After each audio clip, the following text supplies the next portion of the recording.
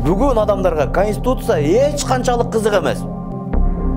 Бүгін адамдарға тамағаш қызық, ешікте тамағашқа болған ба асманға жетіп қалды.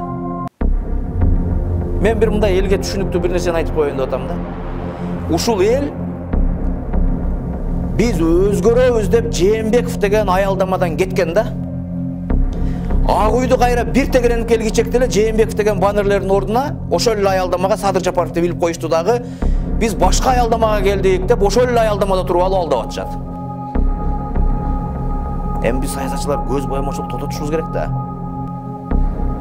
Анан ушу жеткен эле акылы биздикилердин келген эле конституцияны өзгөртөбүз дешет. Жеткен эле акылы ошол да. Бул мындай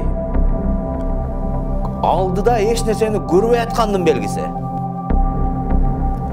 Бүгүн адамдарга конституция эч канчалык кызык эмес. Бүгін адамдарға тамағаш қызық, ешікте тамағашқа болған ба асманға жетіп қалды.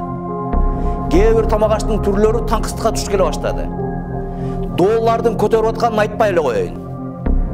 Мамлекет экономикалық, саяси, бардық жақтан абсолюттық банкротствоға келді.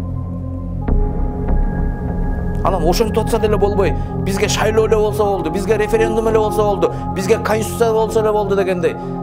Бул макоонун иши да. Бұл бийлик параздын иши да.